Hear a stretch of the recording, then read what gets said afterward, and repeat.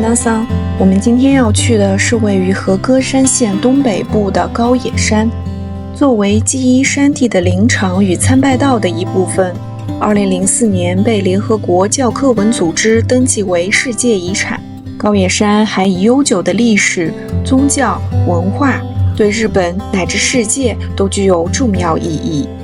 2月23日8点25分，我们从大阪南海难波站出发，在3号站台等待南海高野线，无需换乘，大约90分钟后就到了极乐桥站，再从极乐桥站乘坐缆车，5分钟后就能到高野山站。如果你选择从和歌山站出发，就没有直达列车了，必须换乘2次。首先，乘坐 JR 和歌山线到桥本站，这段路程大约需要1小时，再换乘南海高野线到极乐桥站，这段路程大约需要40分钟，最后再乘坐缆车即可到达。由于高野山海拔在1000米以上，乘坐南海高野线时会有轻微的攀升感，山上的气温会比平原低5摄氏度左右。如果你是在春、秋、冬3季到此，记得穿上保暖性好的衣服。短短1个半小时就能从阴天的都市穿越到雪天的乡村。当这段丛林之旅迎来尾声时，我们遇到了计划之外的雪国列车。到达极乐桥站时，天空又飘起了雪。幸运的是，没等多久，缆车就发车了。高野山缆车于1930年开始运营，我们现在乘坐的是第4代缆车，由瑞士制造商于2018年4月开始制造，耗时5个月完成。成品车厢先通过大型拖车运抵德国汉堡港，随后经由货轮穿越地中海、苏伊士运河、印度洋、东海等海域，历时约1个月，最终抵达日本神户港。从神户港到高野山，则在夜间车流量较少时通过国道运输。作为高野山朝圣路线视觉系统的一部分，整列缆车秉承河阳折中的理念，以著名的根本大塔为灵感，选用朱红色为主色调，流线型车身的设计则极具欧洲风格。行至一半，还会看到2车相会。在第3代高野山缆车的退役仪式上，金刚峰寺的僧侣们为他主持了一场特别的慰劳法会，以此感谢他在半个世纪里为人们做出的贡献。到达高野山站后，我们决定稍作休整。在车站的1楼便利店，我买了温热的罐装咖啡5手。车站2楼有一片小小的休息区，不仅能坐着享受暖气，还能欣赏窗外的雪花纷飞。高野山站与登山缆车在同年开业，站房的设计带有西洋风格，现在的样貌是2015年整修之后的状态。车站对面就是公交车站，接下来我们要坐车前往高野山旅游信息中心。信息中心位于镇中心千手院桥公交车站前，这里提供地图、导览手册，还可以租借中文导览器，购买景点门票。晴天时还能租借自行车。信息中心附近还有特产店和餐厅，对来参观的旅人很友好。了解完信息后，由于还没到入住时间，我们只能先去寄存行李，再去寻访那些知名景点。这些景点的创建都与日本平安时代的一位高僧有关，他就是日本真言密教的创始人空海。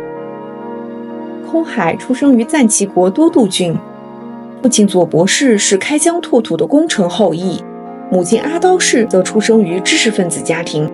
家世显赫的空海不负众望，15岁跟随舅舅阿刀大族学习儒家经典，18岁就喜提最高学府录取通知书，就读于明经科，系统学习儒家思想。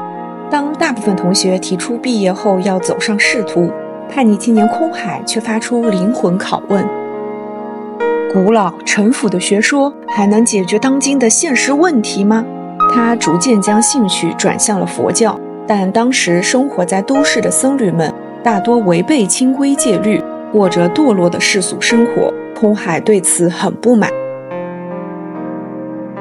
于是他以司徒僧的身份进行研究。随着学习的深入，他的疑惑也在增加。这时他就有了入唐求取真经的想法。23岁时，空海完成了早期代表作《三教指归》。这本书采用寓言的形式，假设儒、道、佛各有一位代表人物，分别是儒客龟毛先生、道者虚王隐士和佛僧假名乞儿。三人虽然都劝导智牙公子改邪归正，但立场与观点却各不相同。空海用深入浅出的讲述，展现了大乘佛教的优越性。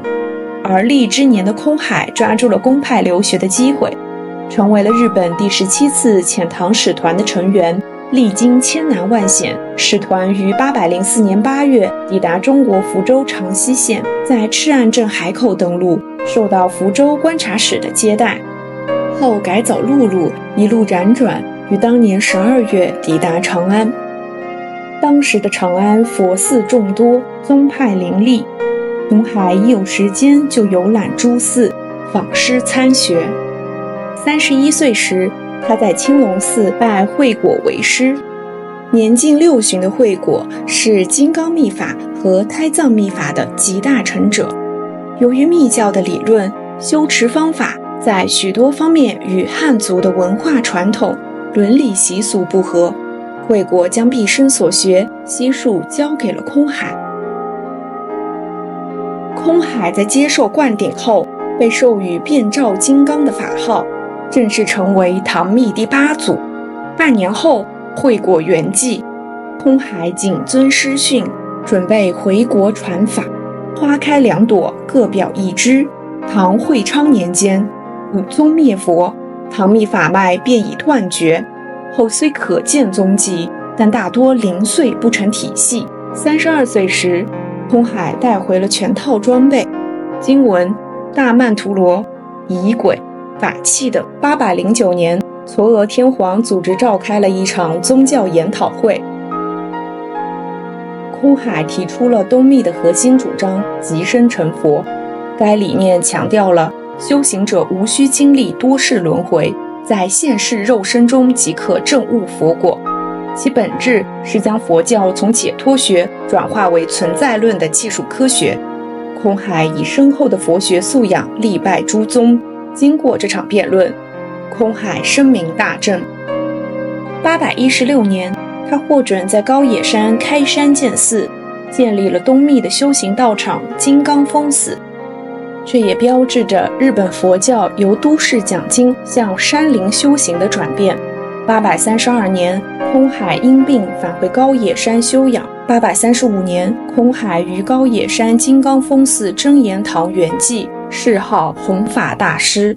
从地图上看，我们离金刚峰寺很近，于是我们决定先去探访这座千年古寺。816年开山时，金刚峰寺是整个高野山的总称。直到1593年，丰臣秀吉为了吊唁已故的母亲，在这里建造了青岩寺。到了明治时代，青岩寺被称为金刚峰寺，成了总本山。寺院内部分为主殿、别殿、新别殿等，不同房间的隔间门上都有隔扇画。大广间是举行重要仪式和法会的主殿，此处会有构图大胆的松鹤图、群鹤图。据传这是室町时代画师狩野派第2代狩野元信的作品。梅之间因梅月流水的隔扇画而得名。据传这是江户时代狩野派代表幕府御用画师狩野探幽的作品。柳之间会有4季柳树。丰臣秀吉的养子秀次作为第2代关白，被秀吉怀疑他要造反，于是在此自杀。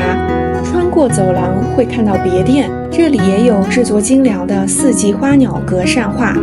新别殿在寒冬还供给热茶，以便游人取暖暂歇。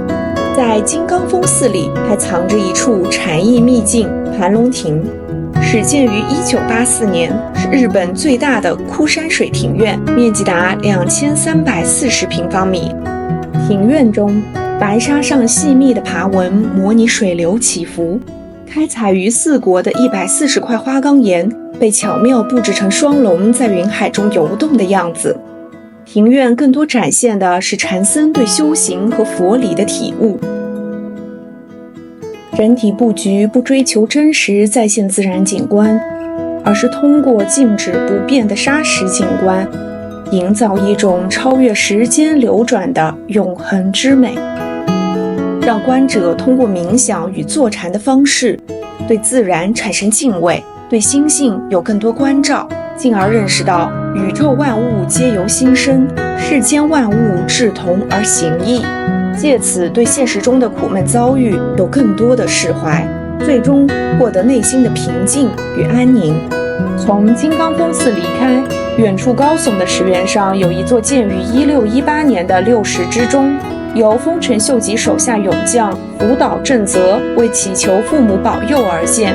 这座钟从每天早上6点开始，每隔2小时敲响一次，直到晚上10点结束。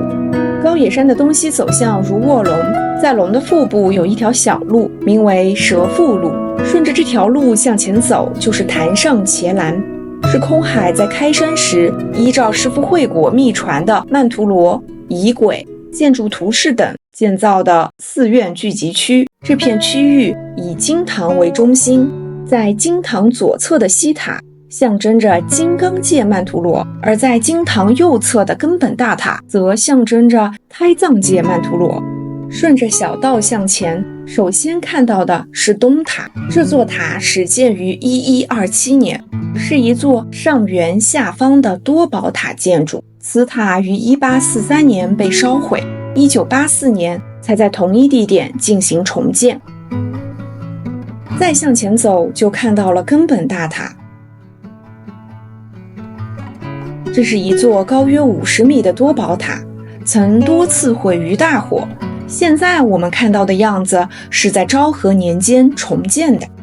塔内的中心位置供奉着大日如来佛，16根柱子上也都画有菩萨像。精心设计的空间立体呈现了绚丽的密教宇宙观。根本大塔的前方就是经堂，创建之初，这里是讲解经典的讲堂，现在则用来举行法会。高野山的历史是不断重建的历史，现在我们看到的经堂是7.0版，使用了防火抗震的建筑材料。坛上伽蓝面积不小，再加上天气寒冷，我们没有继续往远走。原路折返时看到了非常诗意的一幕。雪后初晴，根本大塔沐浴在柔和的阳光下，朱红的塔身在银白世界中静静伫立，如梦似幻。四周一片寂静，连风都屏息不动，偶尔树梢轻颤，雪花簌簌飘落。很快一切又恢复了沉寂，天地间只剩下清浅的呼吸与纯粹的光影。